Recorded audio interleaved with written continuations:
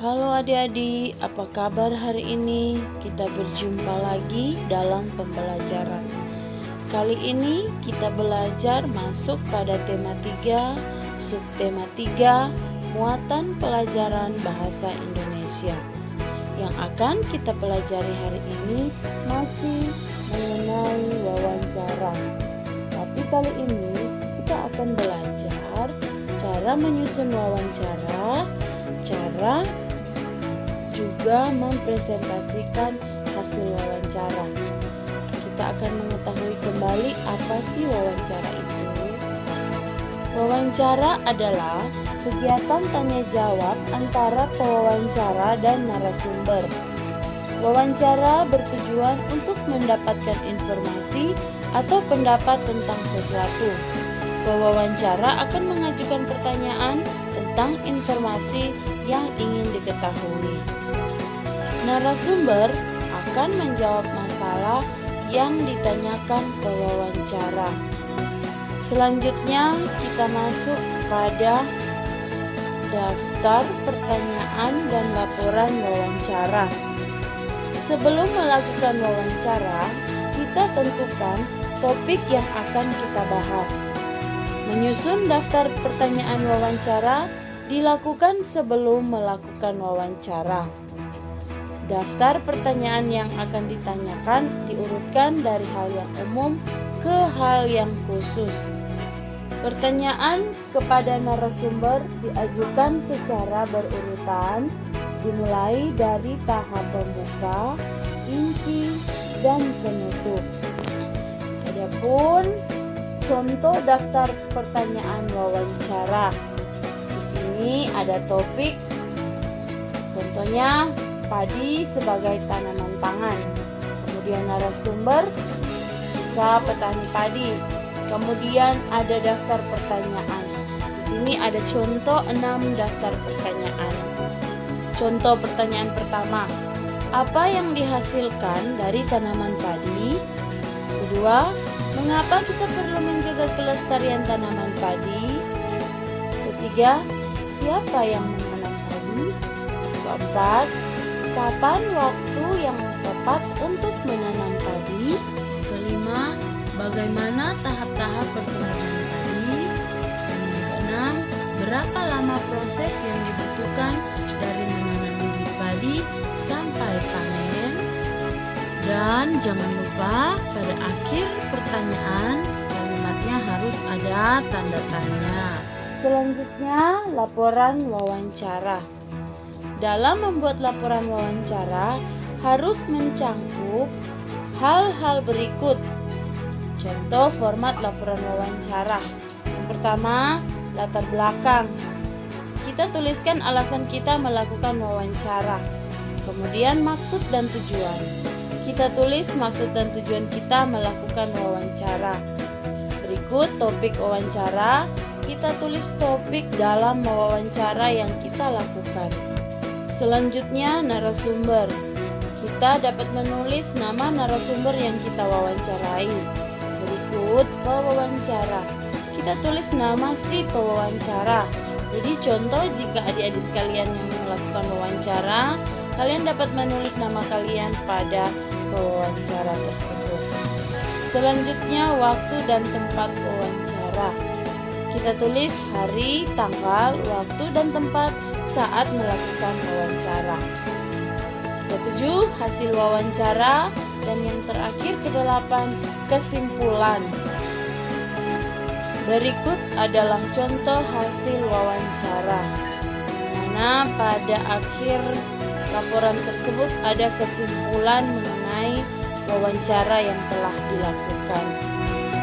Kesimpulan hasil wawancara merupakan keseluruhan isi wawancara yang telah kamu lakukan.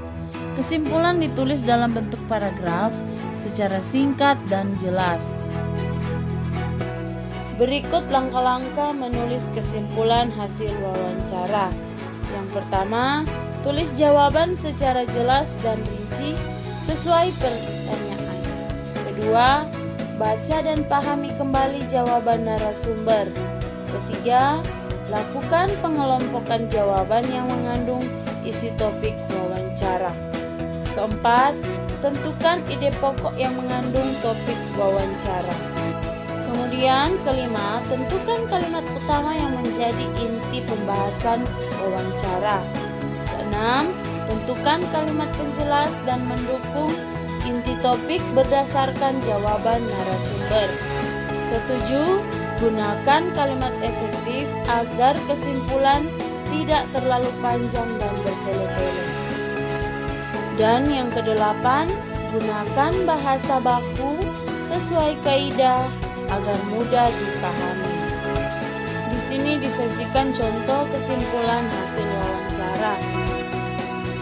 Selanjutnya, hasil wawancara sebaiknya dipastikan kebenarannya dengan cara meminta tanggapan atau saran dari orang lain. Hal yang dilakukan sebelum memberikan tanggapan: pertama, membaca hasil wawancara secara utuh. Kedua, perhatikan hal-hal penting yang ada dalam wawancara.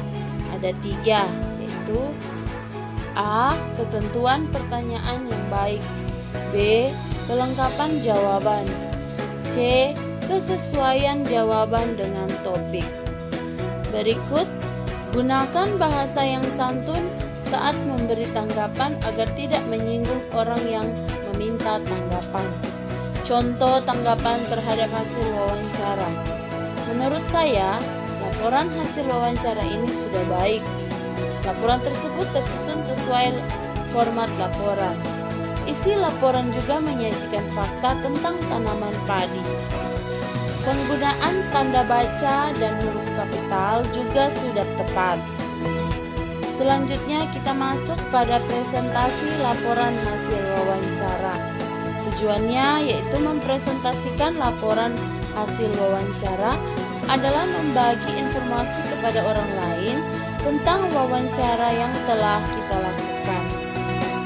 Adapun cara melakukan presentasi yang baik sebagai berikut: membuka presentasi dengan ucapan salam, memperkenalkan diri, menyampaikan laporan hasil wawancara sebaik mungkin, menyampaikan materi atau hasil wawancara dengan jelas dan rinci, dan cara menyampaikan boleh seperti bercerita. Selanjutnya, hasil wawancara yang disampaikan secara komunikatif atau menggunakan bahasa yang mudah dipahami. Saat menyampaikan laporan, sesekali memperhatikan orang lain yang menyimak.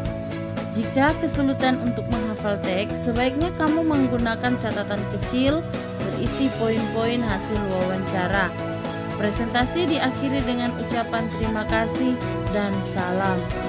Nah, adik-adik, itulah tadi materi pembahasan serta penjelasan mengenai wawancara, cara mengajukan pertanyaan, dan mempresentasikan hasil wawancara.